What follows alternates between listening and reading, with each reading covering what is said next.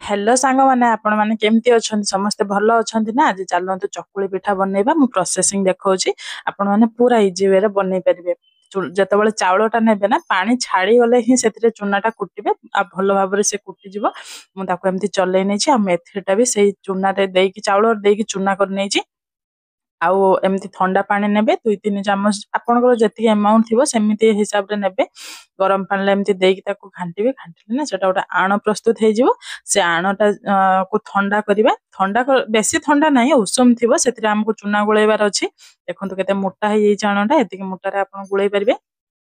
ताको गुळेकी रखिदेबे सकाळे किंबा रातिटा आपन मिनिमम ताको 5-6 घंटा दरकार। एबे शीत दिन 6 घंटा 7 घंटा हेले से जाईकी फुलिबो। फुलिले मु ताको एमती तेल मान नेछि आ चकुली पिठाटा एमती एमती कर नेछि। केमती हेछि कहंतु मते कमेंट करके आपण माने भी ट्राई करंतु आ मते कमेंट करी कहंतु मो चकुली पिठा आपण माने केमती लागिला। रहुचे देखा हबो नेक्स्ट वीडियो रे।